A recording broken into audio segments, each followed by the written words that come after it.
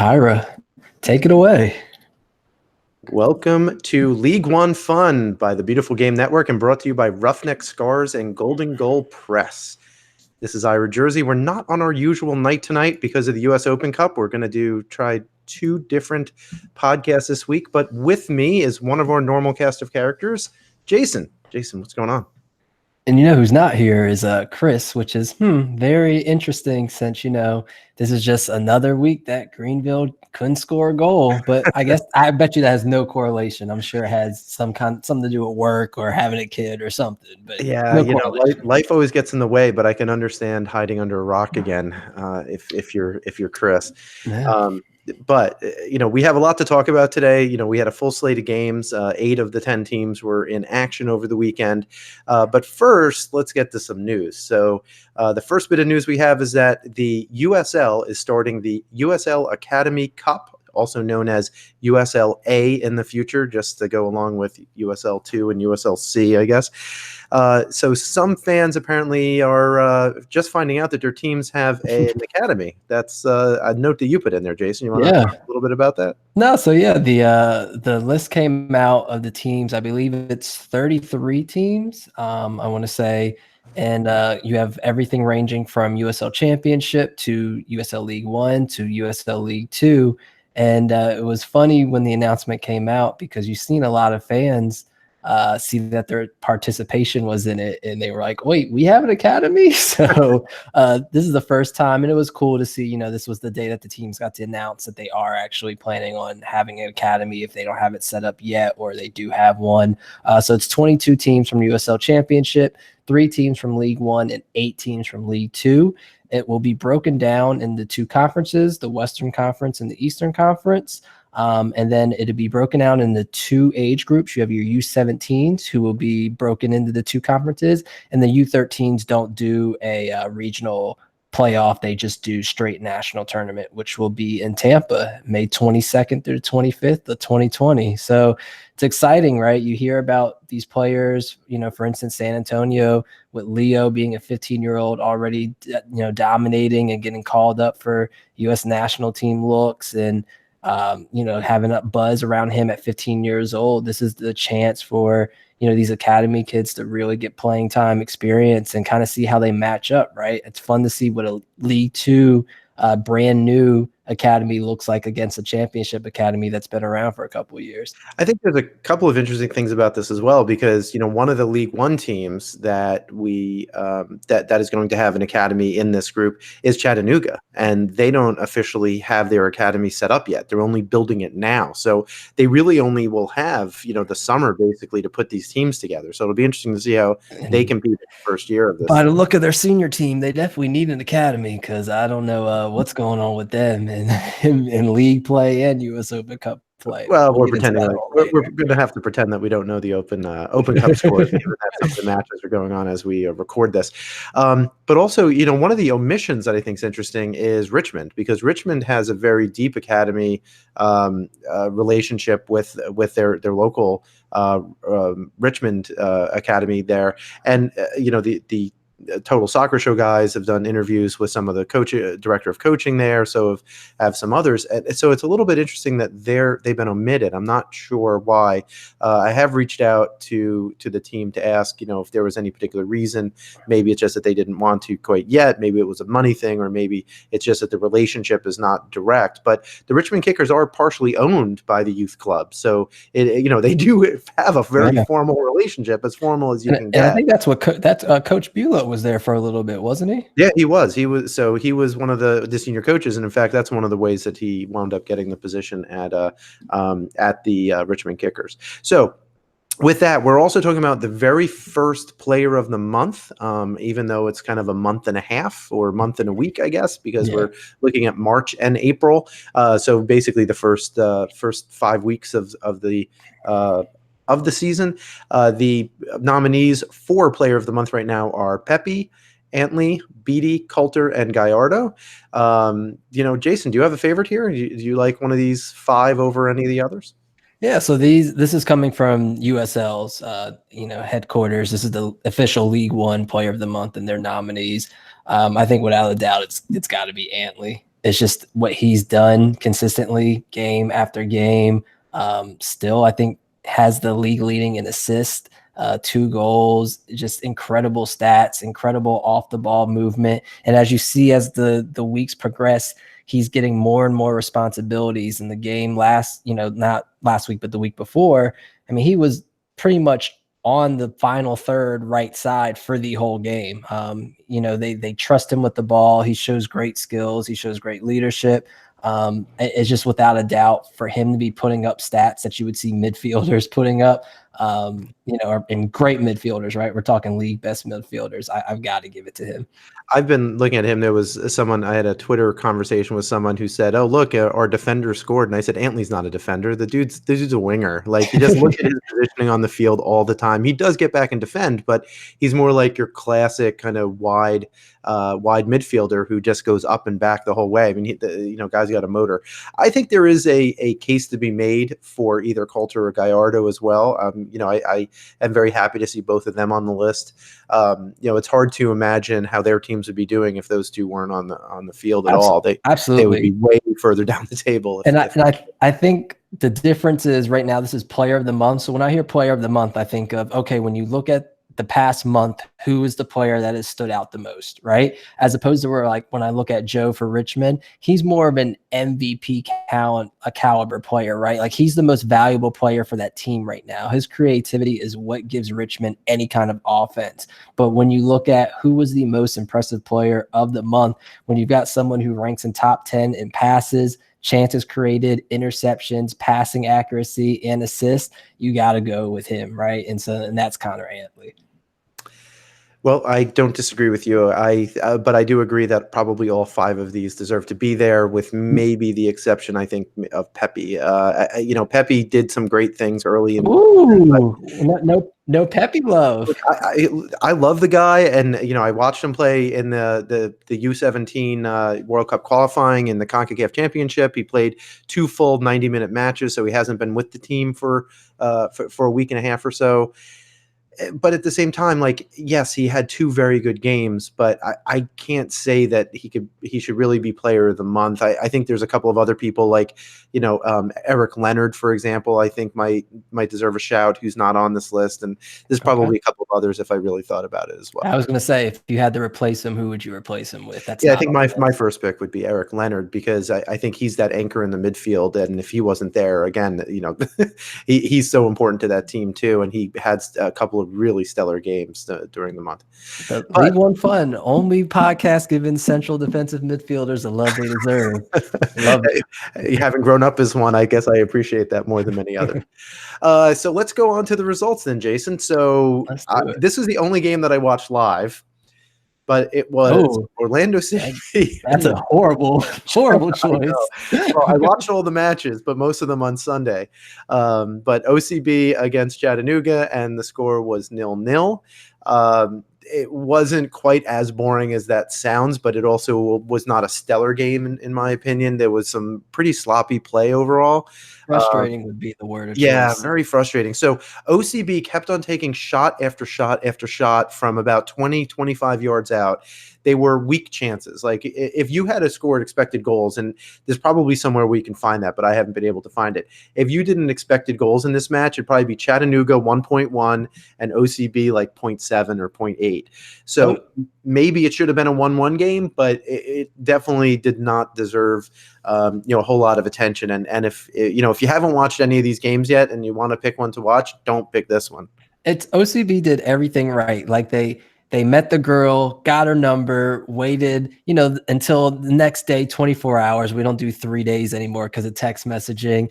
Asked her out, took her to a place where, did some research on her Instagram that he knew that she would enjoy, had a great conversation. And then at the end of the night, just threw their tongue in her mouth. And it's like, no, you have to be patient. You have to feel it out. And Orlando City B could be one of the most fun teams to watch in this league. They've had their moments. Like, when you look when I think it was in the 45th minute, right before halftime, they had this brilliant buildup to where they had 4 passes down the field in literally 11 seconds. And then in the final third, they ruined their chance. And Orlando's a fun team to watch. They had 84% passing accuracy. They have great buildup. They just don't know how to finish. And that's why you saw a lot of those 25, 30-yard attempts that were nowhere close to the goal. And so I think it's just that's that impatience, and especially with young kids, they don't really want to keep passing the ball around. They get frustrated that nothing is opening up, so they take the shot. But this is another game where I think Orlando had chances to win and they just blew it because they couldn't figure out the final third. But I will say, if anything, I think Orlando should be more happy with the point than Chattanooga. Oh, yeah. I know people are going to say Ayman Zayed had 2 great looks on goal. Yeah, 3 probably, and just couldn't put it away. I mean, 2 in particular that were right in front of the net, basically open shots. One right at the keeper, and the other one, it was a decent save, but not a great save.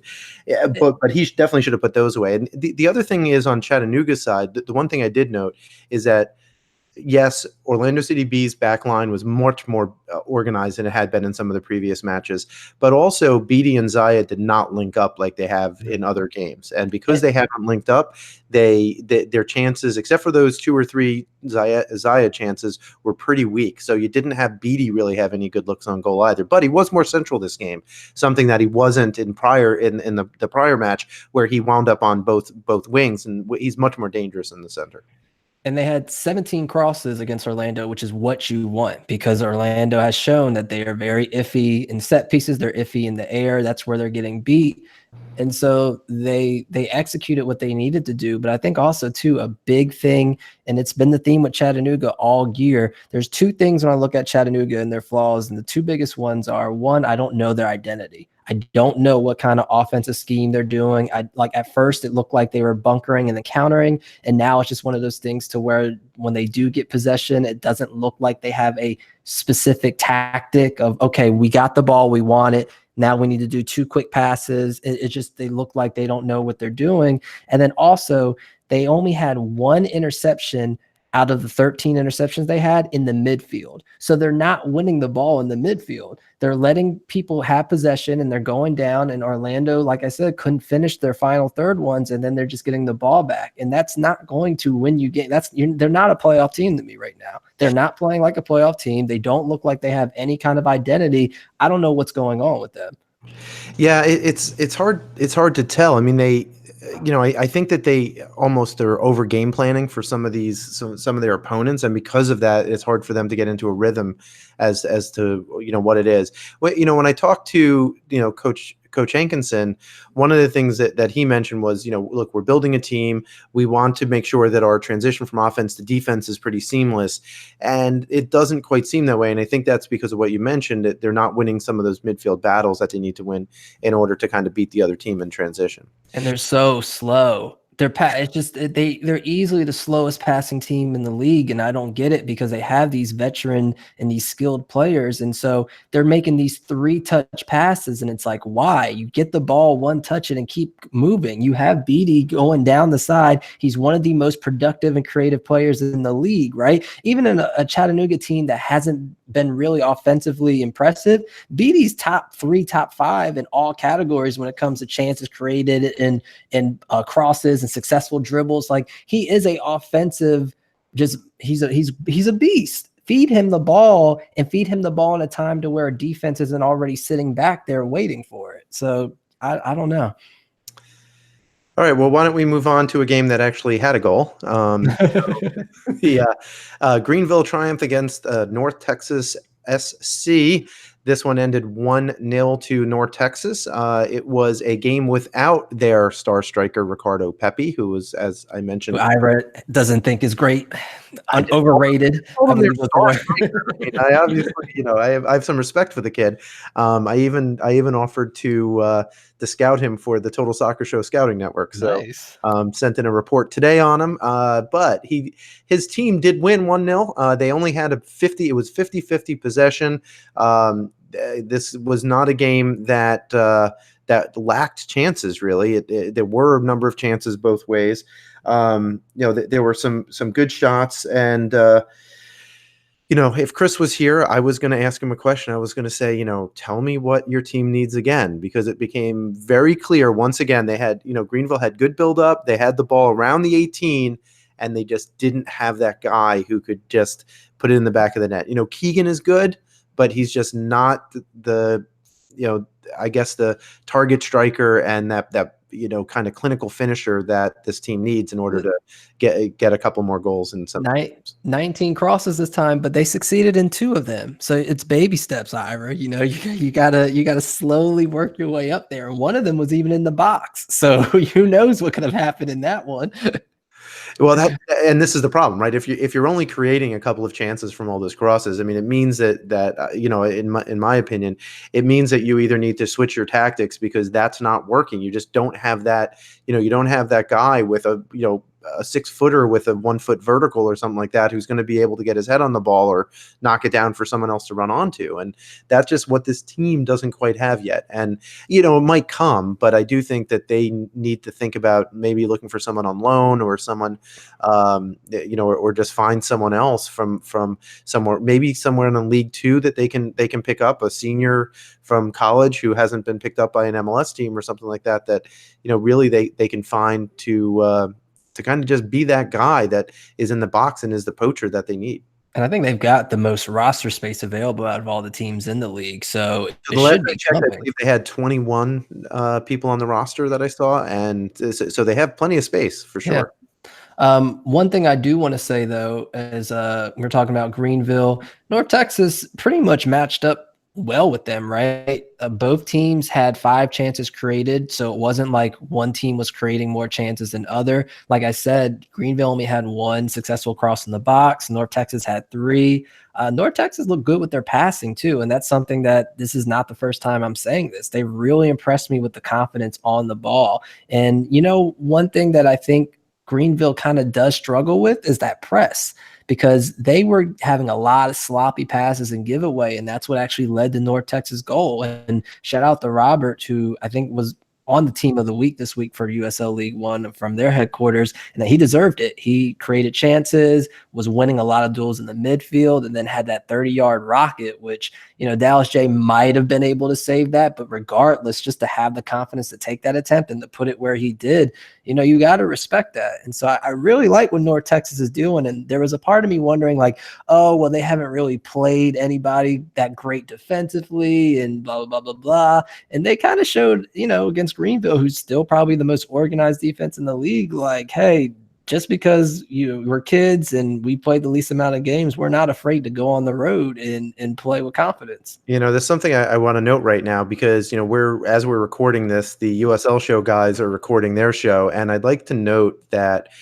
for all the angst that we give a lot of the 2 teams right now at the top of the table in both the USL Championship Eastern Conference and in USL League One, the 2 best academy teams, USL teams, are at the top of the table. So you have Dallas's, 2 team is at the top of the table. They're perfect right now, 4 for 4. I'll get my full prediction point if they win or draw their next match, for having a team that goes undefeated in the first 5.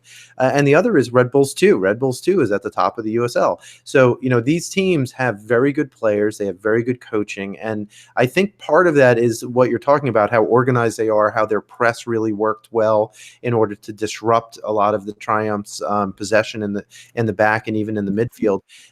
That organization, a large part of that comes with coaching and familiarity with each other, and that's one of the advantages that they have. Now, I think as the season goes on, that might go away a little bit, because other teams are going to get more organized. They're going to get used to it. They're going to have tape on these guys, and they're going to be able to figure out how to either pass around the pressure or go long. So there's going to be other options. But I agree with you. I mean, it was a fun 1-0 game to watch. And let me ask you this. Because it's the beginning of the season, do you think that the 2 teams kind of have an advantage because they go into the first day of camp and they say, here's what your dad does, we're doing the exact same thing. This is the system. This is something that we've already done in previous, before we joined the league. So this is something that should be like that to you. Yeah, 100%. And we've talked about that. I mean, it's the same reason why Tormenta did so well, because they had, 10 players on their roster who had played with the same coach. And who predicted that? Who would have ever thought that would have happened? Yeah, Jason, you got that prediction point. You got that one already, so I'll give that to you. But yeah, I mean, for sure that the teams that have had a consistent system and a consistent coaching and have played together multiple times, even when I talked to Coach Bulow and to Coach Hankinson over the last couple of weeks, both of them noted that, hey, these guys have the chemistry that we're still building with our team. So I do think that this will change. And remember, we're only 6 weeks in. Most teams have played most teams have played 6 games. 2 have played 5. 2 have played 4. So there's still a lot of the season left, and everyone is still pretty well packed. The only team that's kind of needs to get going in a hurry is going to be OCB, but everyone else still has a shot to make the playoffs in a I don't want to say an easy fashion, but basically if they put together a string of decent form, there's going to be any of the teams in kind of the top 9 can make the playoffs at this point. And we have a great question later talking about how we think that those teams are going to fare off at the end of the season, right? So is having kids going to be an advantage because of their youth, or is it going to be because they've never played over an 8-month period of a season? So, but we'll get into that later. Or are they going to be on their senior teams because there's injuries or something like that too? Yeah, that's true. Be possible later, especially since USL League One playoffs occur before MLS playoffs. So let's move on to a game that had a lot of goals. It was still a draw, but it was a 2-2 draw between the Richmond Kickers and Lansing Ignite. Probably the most exciting game of the weekend, I think, at least in general. I mean, we can, maybe the Madison match that we're going to talk about in a minute, some would argue what was exciting. But I think from a pure drama perspective, Richmond goes up. They then go down 2-1, and then Richmond comes back in the last minute with an absolutely amazing shot from about 25 yards out.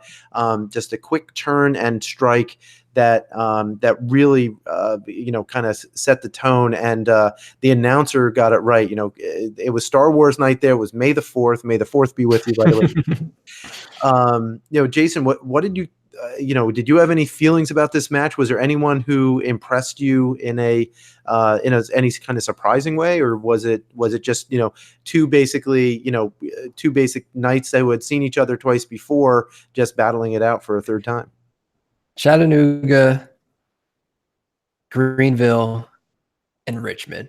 What do they all have in common? They all struggle with the press. I think in props to Elliot on his podcast, River City, said, when they were discussing about the presses, you have teams that are pressing for possession and you have teams that are pressing for mistakes. And this weekend was all about mistakes with that pressing. And you saw that. And the difference with Lansing, though, is if you make a mistake against them, they have wing backs that are equally as athletic as their midfielders and strikers. So you're going to pay. And that's exactly what happened, right? A bad touch led to a bad pass, and Nick Moon went, oh, okay, cool, I'm going to intercept that. And he did, and it went off the post. But when you're starting a game with that, I think that was in like the first 5 minutes, that just put you on edge. And Richmond already started the game on edge because they make Lansing look like the best team in the league, since Lansing scores all their goals against them. But I thought they responded really well. I think that Hughes doesn't get the credit he deserves. I think Hughes has been big this year as far as breaking up plays and setting up plays. And so when you look at a lot of Richmond's buildup and them winning in the middle, it's important for them to regain that possession, and that's what they did.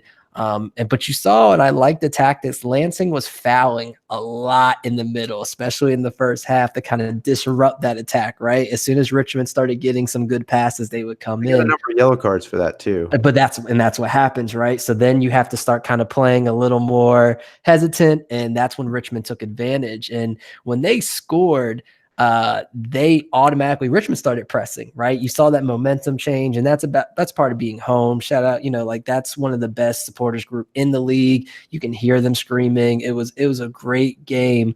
And the goal that they scored was ironic because it was one of those things to where they got down the field in 3-4 passes and put the ball in the back of the net after pressing. And you're like, oh, that's the kind of goals that Lansing should be scoring.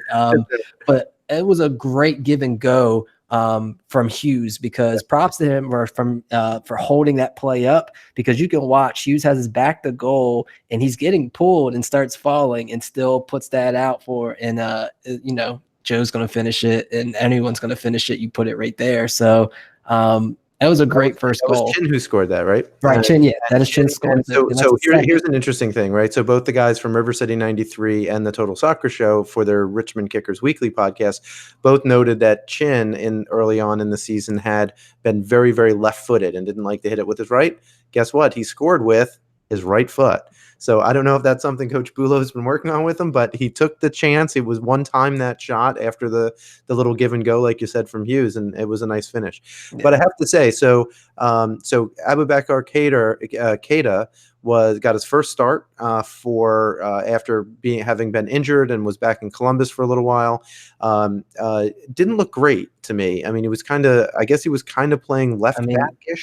Giving the ball away for a goal is usually not a good thing. Goal. Yeah, that was not great, right? Not a great look. I mean, better off to put it out for a throw than pass it back. And you know what I think it is? It's the same way that Nick Moon read that first attempt, like I was talking about. I think he passed it and immediately wished that he could get that back. Like he assumed that he had the space. He assumed he knew which way the player was running, and he realized the player had stopped running, and he went, "Oh no!" And by that time, it was too late. I think part of that is chemistry too, because he hasn't, he's been injured. He hasn't trained with the team, probably a whole heck of a lot. So part of it is just awareness where your teammate's going to be in any given situation. So I think that's part of it. But at the same time, at a professional level, that's not a path. You're going to get hurt for making mistakes like that, and at a professional level, and that's true at any professional level that you might play in. But you asked me who impressed me. Rafa might be the super sub that Lansing really needs, and obviously a fan favorite, but he came on and the momentum for Lansing just changed in that second half. And then when you look, his average position, like 3 corners very quickly after he got on, and his average position is higher than anyone else's. And when you correlate that to the heat map, that's where all of Lansing's heat was that right side where he was going to. And he was a game changer. He spreads the field for them. And I was talking a couple weeks ago, I think it might have even been the first week, about how that's when Lansing is dangerous, when they can spread the field and you can give those wingers space to work and they can do those interconnect plays into the middle. That's when they're dangerous. And that's what Rafa was bringing. And I was super impressed with him coming off. And because of that, Richmond had to just clear ball after ball after ball out. So actually the Lansing second goal came off of one of those corners that was generated from that pressure and possession down the right side, if memory serves.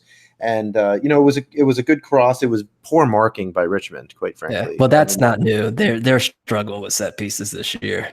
Yeah, and that's probably the way that you're going to beat Richmond this year, is through those set pieces. But that being said, Richmond, on a night where they were at home and had a good crowd, they did not give up. You want to talk us through the last goal, because it was a wonder goal, like right at the close of the match. It's a goal that gets you a kiss from the coach. If you haven't seen that on Twitter, definitely go out on Twitter and look up that, because it's hilarious.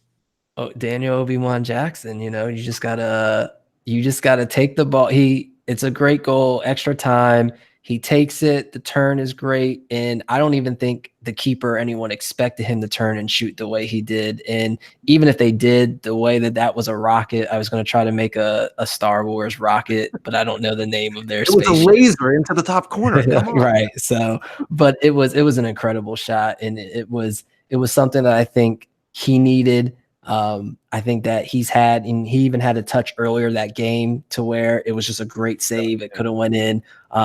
So now and that's what strikers, right? Sometimes when they go games without goals, they just need that one to feel like, okay, the pressure's off, I can relax. And then the way that goal came at the home field, in dying minutes on, May the 4th be with you. I think it was just one of those great moments of the If you weekend. haven't seen it, the call was great. I mean, Oh yeah. the call was awesome because he was just saying like, Daniel Jackson is our only hope, and right from May the 4th, talking about Star Wars. I like nerding out like that personally. But what was amazing to me about that hit and turn though was the way that he took the ball in his right foot, trapped it across his body, and then so quickly turned around, and he didn't even look up at where the net was. He just turned and shot all in one motion, which is incredibly difficult because just the balance you need in order to do that without falling over is pretty amazing. And it was, like we said, it was a laser into the upper corner. He was in good position. I mean, quite frankly, I just don't think he expected it. Yeah, simple as that. Yeah. Like you said, he didn't look up, didn't give any signs. So yeah, and I think this was a good win. I know Elliot asked for Richmond fans, do they feel like it was 2 points dropped or 1 point earned? I would think it's a point earned. I think that you have that moment at the end of the game. You don't want Lansing to sweep you for every game of the season. You don't want to feel. Lansing certainly wishes to play Richmond every single game because I believe at this moment all of Lansing's 7 points have come from Richmond. Yeah. Wow. Yeah. So it's tough. One thing I will say, another player who I want to shout out that's probably that's not getting too much of shine is Shinovsky, right? When we don't talk about center backs, it's usually a good thing, and we haven't really talked about him because he hasn't made any mistakes. He might be the best defender in the air. I don't think he won 8 of his 9 he won all of his aerial duels, I should say, and won 8 of his 9 regular duels. And I just think that he's been a rock for them. And what we were talking about with a team that is not the greatest with set pieces, it's important to have him, kind of be that presence to say, okay, here, this is what we need to do. And I think that if Richmond, if he can work with the team and they can get the set pieces together, they're going to win those 1-0, 2-0 games that they're built to win. Well, moving on to our last game, it was Forward Madison at home for their second match ever. They put a 3 spot up on TFC2, who only scored 1. In this match, you had the very first goal scored by Forward Madison at home. Jason, this was, not quite as close as maybe, it was a 2-1 scoreline. There was another goal late by Madison. But it never felt that close to me.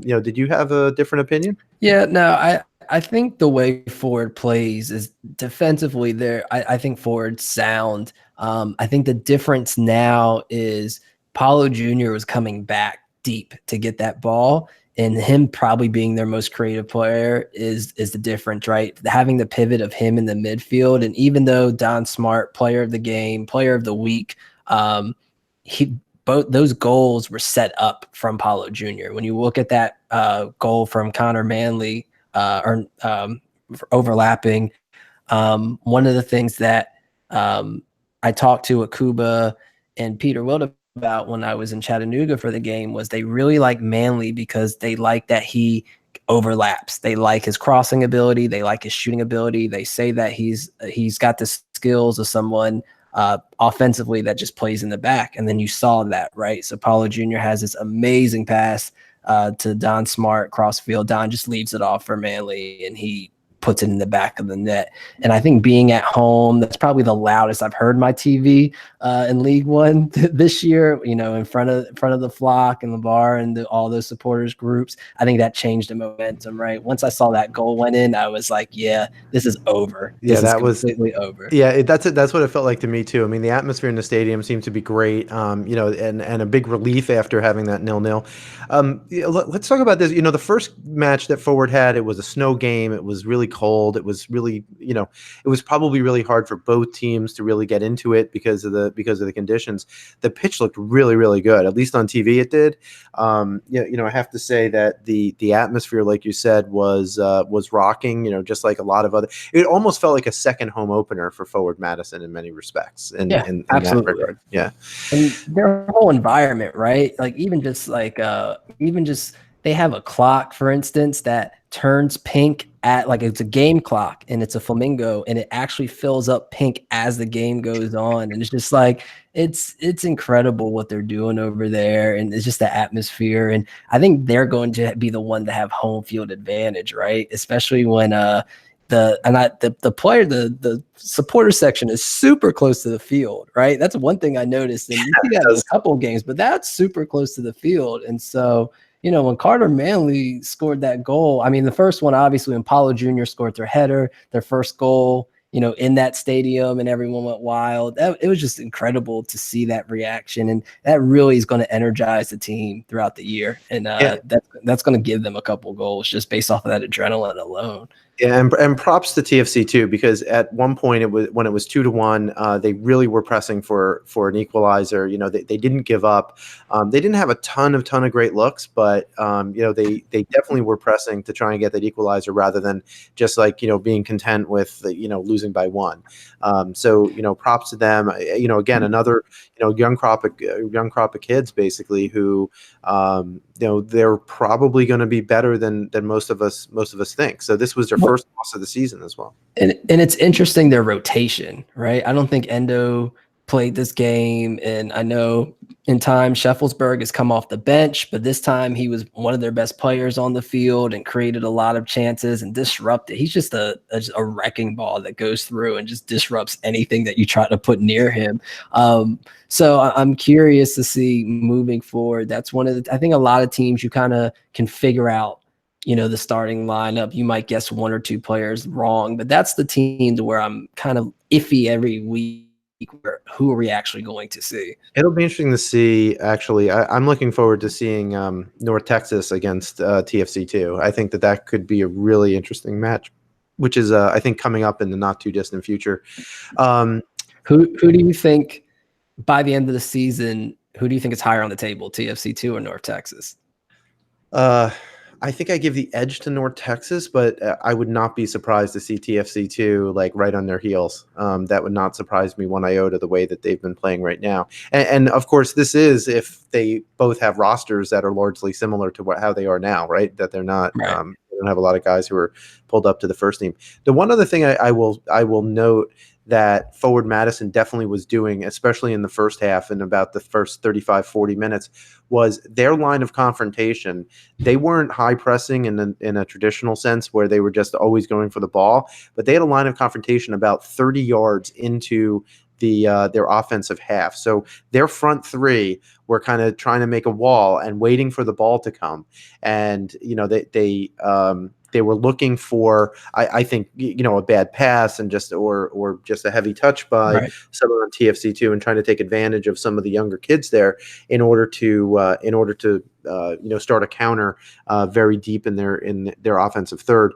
The goal didn't come from that, but at the same time, like, it easily could have. So that was an interesting tactical nuance that I think if anyone is going to watch the match, they should look out for that. And I will say, out of every team in the league, I think Ford is the one team that's getting better and better every week, noticeably, right? Like, you can see a team like when you look at Chattanooga, is easily the most inconsistent team in the league, right? I don't know their identity. I don't know what they're doing. Sometimes they go out there and they look like the veteran team they are, and other times they look like they've never played with each other. But with Ford, each week you kind of see their scheme, you know, being a lot smoother. You understand what they're trying to do. And I think now that they understand that Paulo Jr. needs to be that pivot and he's the creative one, and that Don can cause havoc on this side, and he's a good piece to have to kind of set things up. I think I like what they're doing every week. They know that they have Connor Tobin back there with the most clearances in the league, and he's not going to let anything by. They have a pretty sound defense, whether it's Sean Russell, whether it's, you know, Pato on this wing, whether it's Manley on the wing, or the back, you know, right back. I think they're getting better and better. I think that this is a team that is going to start their run soon. I think being on the road for their first 4 games of the season was a little bit of a detriment, because that's one less practice day. It means that, you know, you have travel days in there. Plus they had snow on the ground until, you know, they probably didn't start training outside until right after their first home game, because, you know, there was snow on the ground the first home game. Yeah. And injuries too, right? Like Wyatt was hurt. Pato couldn't play, eligibility stuff. So it's just like they didn't really have their set roster either until like week 3, when it was just like, okay, this is the roster we actually want to put out. So yeah, I'm excited to see Forward moving on and see them this weekend as well. Okay, so we have every team in action this coming weekend, even though 6 of them are actually playing midweek in their U.S. Open Cup matches. But for League One league play, we have North Texas against OCB, so 2 B teams going up against each other. Chattanooga Red Wolves are home to Forward Madison. Lansing Ignite play Greenville Triumph. The Richmond Kickers play FC Tucson, and those are all, I believe, on Saturday. On Sunday is Tormenta against Toronto Football Club 2. Which one of these would be the one, if you had to watch one of these and only one, Jason, which one? You know what? I think I'm going to go with Richmond and Tucson. Oh. I think that, yeah, you know what? I think Tucson, because maybe it's because they're on the West Coast, they don't get too much love. I think Tucson's a sneaky team. I think they have a lot of good players that don't get the recognition they should. I shouted a couple out this week, and I think that with them, right, it's all about their offense of getting it together. Because defensively, I think they're sound. It's just that with their team, they have the least amount created chances in the league. They don't have, somebody up top that's been a consistent goal scorer, and mostly it's been Vega just banging off of free kicks for them to get goals, right? So if they can figure a number 10 that they had signed back in December. Yeah, if only they only had a creative number 10. But no, I really want to see if they can somehow get that midfield together and start having faster attacks and getting Delgado involved, because I do think Delgado's a great finisher. He just needs to get the ball more. I think they're a team that if they can start, connecting the midfield, teams are going to kind of look over and be like, oh, it's Tucson. They're going to bunker, and we just need and I think they're going to surprise people. So that's probably the game I'm most intrigued by. And that's also because Richmond focus on the midfield so much and possession. It's either going to be a game I can see Richmond winning 3-1, or this is a game where Tucson surprise them and win 1-0. Well, I'm going to be watching the Lansing Ignite Greenville Triumph match. It's a high press team against a very defensively organized team. I think tactically, like if you like tactics and not just, punch and counter punch, then I really think that that's a match that could be tactically very interesting to keep an eye on. Greenville's away that game, right? I believe Greenville's away at Lansing, yes. Yeah, they're done. They've got the hardest U.S. Open Cup game tomorrow. They don't have rotation. They got to travel to Lansing. If they lose, especially if they lose on Wednesday, oh, they're done. Well, so one thing I think that Greenville might do, and one of the things that we've learned about Lansing so far is that Lansing don't like to have the ball, right? Lansing like to let you have the ball, let you make a mistake, and then pounce on you and punish you for your mistake. So if Greenville it can stay organized in your defense, just kind of hit long balls and say, go ahead, have the ball, Lansing. I could see this being like a 1-1 draw easily, but like having a lot of tactical nuance to it that could make it interesting for a nerd like me to watch. I just think with Ficky and Stoneman in the center, I don't see Greenville crossing the ball and putting anything in against those guys. I don't think that Pollock and Politz have the speed to keep up with Steve Duke and Toomey on the wings. And so I think, like you said, I think they're going to try to give Lansing the ball, but as soon as Greenville moves up, if Nick Moon or someone gets that ball, it's over. I think that Lansing's just going to pounce on them and score off a counter attack.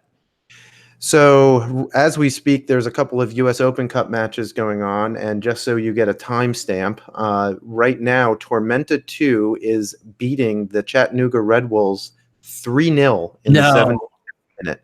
3-0 in the 75th minute. Yep. Forward Madison is at halftime with the Milwaukee Bavarians. That is 2-0 to Forward at halftime. So with that, I'm not going to go through all the U.S. Open Cup matches that are going on. Hopefully, by the time this drops, you'll know the Tuesday matches. The Wednesday matches won't have kicked off yet. But we do have some questions in regard to that. So fan questions. First, Weston Shelton asks, which team will most likely advance to the third round of the US Open Cup. So this is the first round that's going on now. So who is most likely to win the next round? I have to say it's not going to be the Chattanooga Red Wolves. I'll get to them in a minute. Irish, you start. I'm still trying to gain my composure. This is a 4-day-old team. Y'all losing to a 4-day-old team? Oh my god. So here's my take on this, and obviously a big part of this is who is your next matchup against. So if Richmond win, which it looks like they will. I thought they were playing today. They were up. They were up big. 6-2. Yeah, so they won 6-2. They now go to North Carolina FC. That is a hard nut. North Carolina FC is not doing great in the USL East, but they're also not as bad of a team as their record shows. So I think that will be difficult. Could Richmond do it? Perhaps. They get the tactics right on the day, and their players play well versus North Carolina maybe that has an off day. It's possible, but that's hard. So I really think, just based on the matchups, that it's probably the winner of the Greenville Triumph and Tormenta match, because they will go up against a Charleston. I think that they match up better with Charleston than Richmond matches up with North Carolina FC, especially since it looks like the Red Wolves won't, unless a miracle happens. Although we saw another miracle this afternoon in the Champions League over in Europe. So I'd say it's probably the winner of them.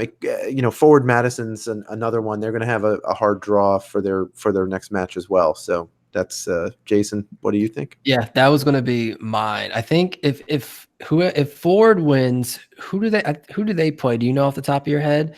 Is it El Paso, right? Yeah, I think so. Yeah. So that would be great, because that's a fun branded game. I think both of those teams, new teams, have been great with branding, have had great fan turnout. So that might be the most exciting from an atmosphere. And then Lansing would play Chicago, right? So I don't know. I think Madison would travel to El Paso too. Okay. So I would definitely go. And Tormenta's already played Charleston, beat Charleston earlier this year. Preseason matters. I don't care what y'all say. But yeah, I think in Charleston, from what I've seen, I haven't gotten to watch too much USL Championship, but the counterattack is what they struggled against last year. I don't know how they've been doing this year.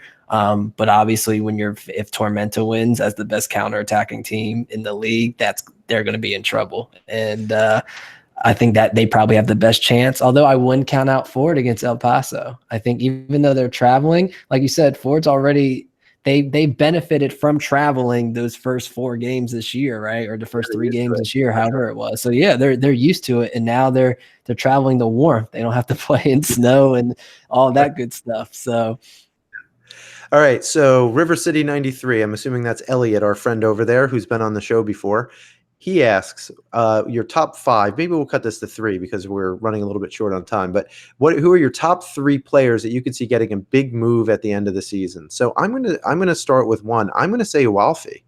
So again, defensive midfielder. I know a lot of teams are pretty deep in the midfield, but when you need a possession midfielder, who can disrupt your opponent in the midfield. He's someone who I think has shown can do it. Now, define a big move. It winds up going to MLS?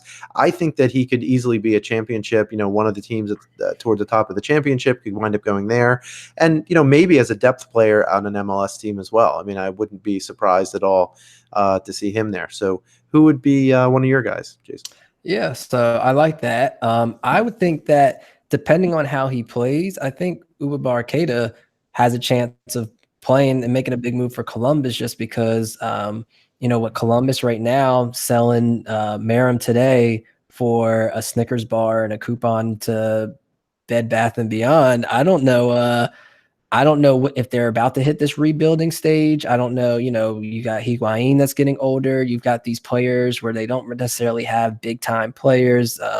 So this is a chance for him to kind of get into that system if they're about to, kind of rebuild and resurface, right? I don't know whose contracts they're picking up. They've got great defenders, but I don't see them all coming back, right? Maybe one of them, like Abubakar, gets a shout, and so we'll see.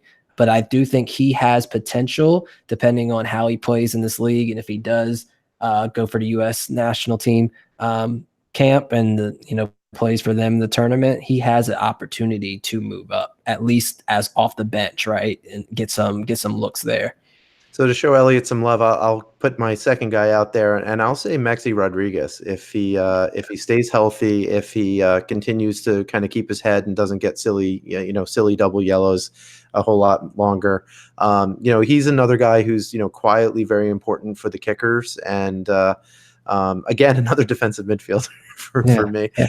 But he's again another player that I think is has potential to play higher. What's interesting is we don't know for a lot of these players what contracts they're on. If they're on 1-year contracts with options, or if they're on some of them might be on 2-year contracts. So it's hard to see who gets a big move. I think this big move is a player basically doesn't immediately re-sign with their team and probably gets an offer from someone else for more money in one of the higher leagues. So who is your second pick, Jason? So I'm going to say Kevin Pullitz. I think that he's somebody that can definitely step into a USL championship. Not re-picked up by the New York Red Bulls too. Yeah, last year, who released him. I was very impressed. He played I think played 7 to 10 games for Red Bulls 2 last year, and I was very impressed with him. I was really surprised that they let him go. And he might consistently stat-wise be the best defender this year.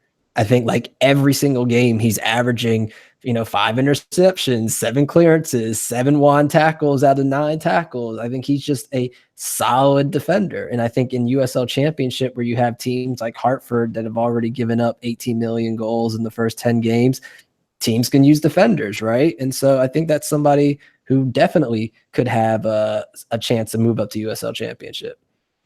So I'm going to take your guy, Connor Antley, as my third pick. I like you said, he's been tearing up the league so far. I think if he stays in this kind of form, it would not surprise me at all it's possible he can end up somewhere else in the summer. I hope not for the league's sake, but and certainly for his team's sake.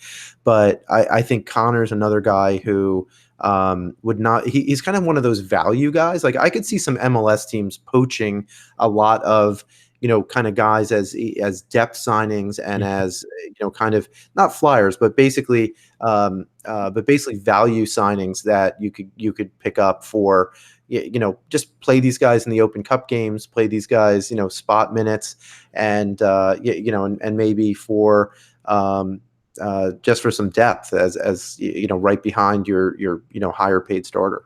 Yeah, and I saved my last one. The Darlington one for last. I was going to say Austin Ledbetter, but that's cheating since he already did get that call up. But you know what I think? I'm going to give it to who I think is my most enjoyable player to watch in this league, Nick Moon. I think athleticism is something you can't teach. I think that because of his versatility, he can play in multiple positions. And I think, during the offseason, any camp would love to have him. You always want to have a utility guy that you can bring off the bench and put in 3 different roles and have absolutely no problems, fitting in. He's shown that he can strike the ball. He's shown his defensive skill. He's shown he can dribble. He's shown his crossing abilities.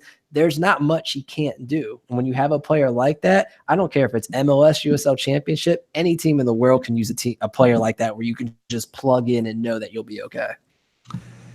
Our next question comes from Keith, and I'm sorry if I mispronounced your name, but is it Kamachi? I believe so. There we go. Okay, so not as bad maybe as I thought. How will teams with mostly recent college players and academy players fare in a season lasting 8+ months? Will the youth carry them, or will they drop off in the end? So I'm assuming that, so not everyone in this league, keep in mind, is college players, but you do have some teams that have a significant amount of recent signings. So, and a lot of players, for example, on Tormenta had come from their PDL, now USL League 2 side. So let's separate it from the players who can vote and the players who can't vote. We'll do it like that.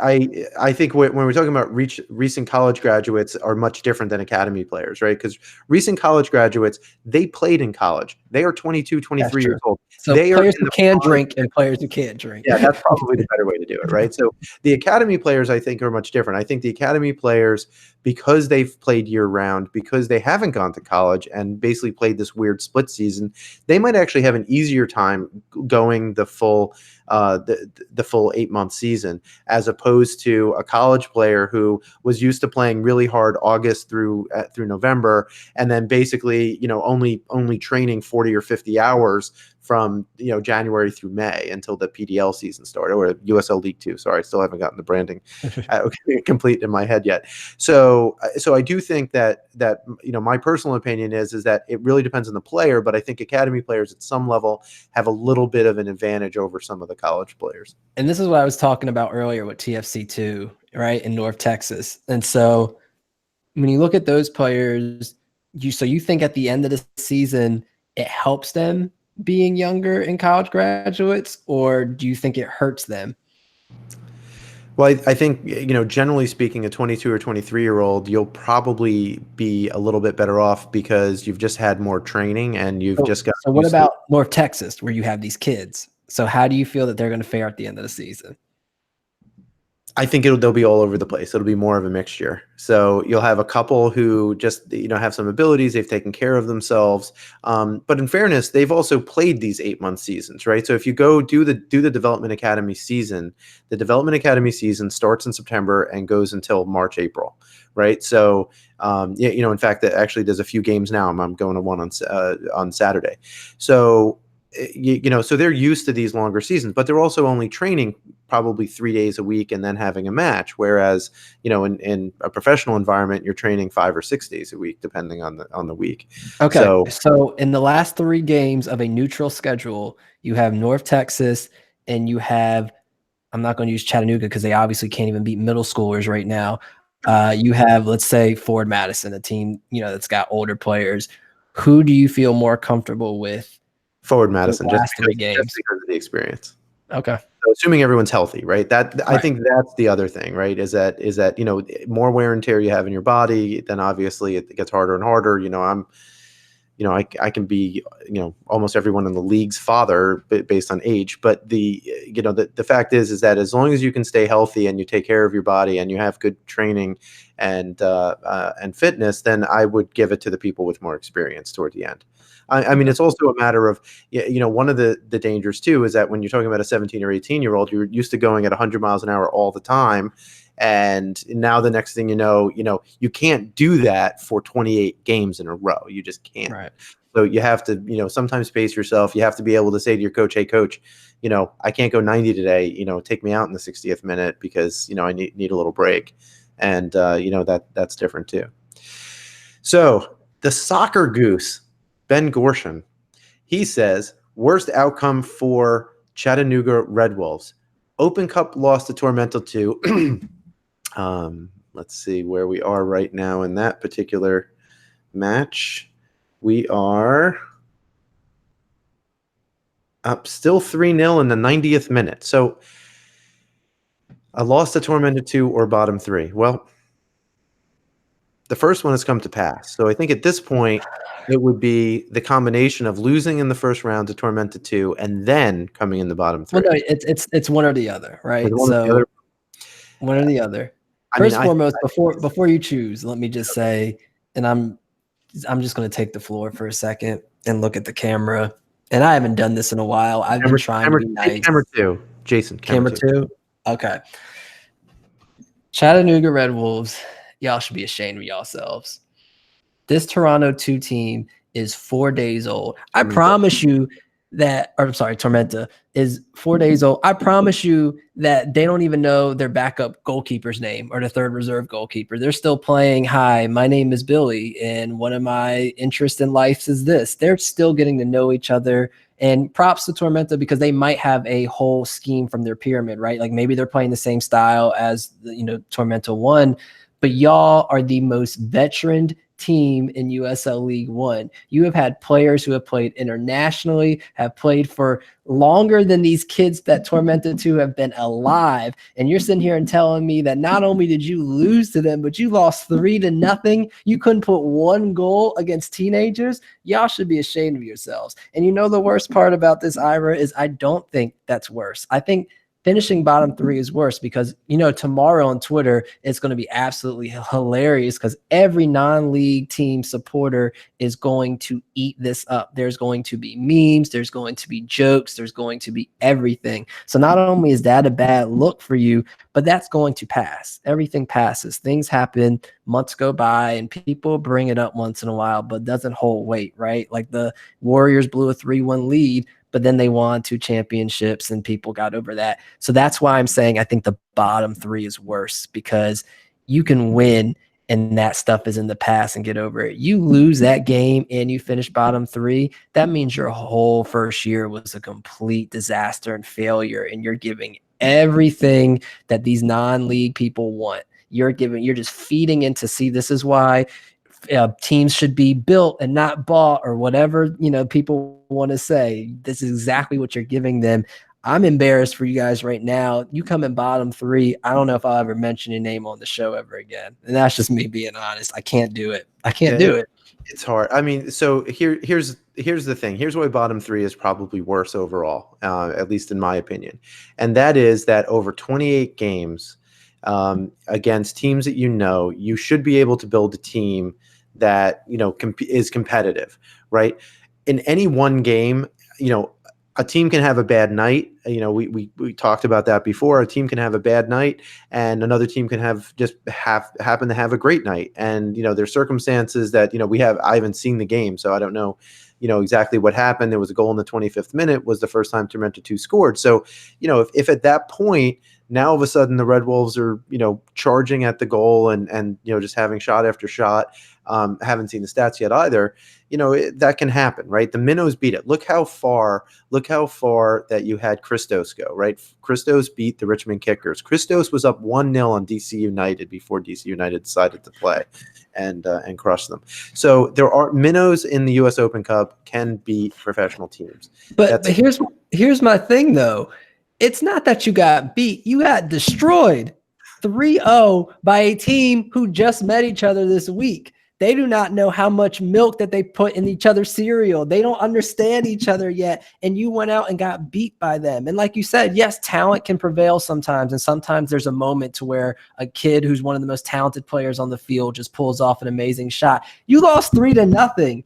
Nobody knows your team identity right now. We just talked about it. It's inconsistency. The passing is slow. You're playing younger. Like, you have half this league. The average age of this league is probably 21, 22. So you're playing younger players and you can't keep up. This is embarrassing. You can't have this. You have the most experienced veteran coach in the league. Why are things like that happening? That's on his watch. You cannot be a coach and have a team that's already played 5 or 6 games lose to a team that just met on this weekend at a pizza function and everyone played heads up, 7-up to get to know each other. This is not how this works in a professional league. You cannot have that. Hashtag spicy take by Jason. Jesus. All right. Our last question of the night from Andrew Ataro. I'm not 100% sure that I understand this question. So, I got it. I think I typed it wrong. So okay. He's asking, what will the effect, I think, on the Open Cup for each team? Like, well, what does it mean to each team? So obviously with Chattanooga, it means that y'all are going to get paraded and berated with insults, memes, jokes, and y'all deserve every bit of it because 3-0 loss to a team that just met. You deserve it. So that one's out the way. Let's talk about the other ones. So let's start with Richmond. So Richmond's going to be moving on, play North Carolina FC. You know, Richmond's, of all of the teams in the league, they're the one who have lifted this cup before. Yep. They have won the U.S. Open Cup. They have been in the finals one other time, and they've been in the semifinals several times. So, they're a team, and including in the MLS era, by the way. So this isn't, they won it in 1995, and then they did make the finals during the MLS era. So they're one of the teams that, would not surprise me if their goal would be to, hey, let's get to that third round. Let's beat North Carolina FC. Let's put all of our effort into that over this weekend. And maybe we see significant rotation this coming weekend in their game. Remind me who they're playing. They're playing against FC Tucson. So maybe they don't put out their full strength team and they rest a few guys in order to go down to North Carolina. And I'm sure they want to kind of just, go and beat North Carolina and say like, yeah, you guys laughed at us that we went to League One and we're not in USL Championship, but we're still beating y'all. We just needed a team that our coach, for our coaches' players, that are players that he wanted. We just needed a new system, and now look at y'all. Yeah. So, and I personally think for the other teams, since they're new teams, so Lansing and the Triumph and Tormenta and Forward, I think this is gravy for them, right? So if they make it to this round, now they're going to play USL Championship teams. If they lose, they lose, and they say, okay, that's fine. We're League One, but but if they win or they make it really competitive and go into extra time and lose 5-4 on PKs or something like that, they have to hold their head high and say like, hey, we stood toe to toe. And so anyway, that's my. Do you see any teams rotating and not playing full strength this upcoming weekend based off of Open Cup? It's funny. I would think at this point, Greenville. Greenville's tough because they play on a Wednesday tomorrow, and then they play Saturday, and then they play. I think do they play Tuesday or Wednesday of next week? I don't know if that's even been scheduled yet. Actually, okay. I think it gets scheduled after they know the matchup. So gotcha. Yeah, I don't know. That's a good question. I would think that there has to be at least a little bit of rotation, particularly especially for the teams that are traveling, that you would try to do some of that. It depends. So I think for all of them, I think Richmond's the one that probably should be the one that really focuses on the U.S. Open Cup as being a major thing. And the others, maybe they rotate at the Open Cup game midweek and just get some guys some experience in a competitive environment against good players, right? Yeah. So sit your 2 or 3 guys that maybe are on tired legs and march out some other people and give them a shot. I mean, that's what the U.S. Open Cup's for, right? That's why it's, you want to win, but at the same time, it's a showcase kind of event for some players too. I do think the team right now that probably has more of that's going to impact more than anybody else is Tormenta, right? I would think so. Now with their second team going. Now with their second team going through, if Tormenta beats Greenville tomorrow, now they've got 2 teams moving on the next round, and it's not just about the individual team, it's about their whole system. And as you see that Tormenta's already announced earlier this year that they're opening up academies all throughout Georgia, right? So now it's not just in that one area, they're going to different areas. They're trying to be a powerhouse in the South for soccer. And if you have 2 teams move on and imagine your second team wins the next round too, that's showing that, like maybe there's a ton of talent in Southern Georgia that we missed out on, and we should kind of be worried about Tormenta. Hey, Jason, we're out of time. So where can people find you? You can find me at Home Sweet Soccer. And go ahead, Ira. Just read the sponsors. I'm sorry. I can't do this anymore. I'm Ira Jersey. I can be found at Ira Jersey on Twitter. Thanks to our sponsor, Golden Goal Press, the best choice for your custom shirts, hats, mugs, and other items for yourself or for your organization. Check out their amazing products at a fraction of the price of other places at goldengoalpress.com. Also, thank you to Roughneck Scarves, official scarf supplier of MLS, USL, and US Soccer. Get custom scarves for your group or team at roughneckscarves.com. And by the way, if you're a friend of DeSoto, hit me up on Twitter. You'll know who I am. I'm the guy that got scarves for friends of DeSoto who go to some live shows. Anyway, with that, Jason, have a good night. Tormenta to get some 3-0 scarves from Refnaut. You deserve it.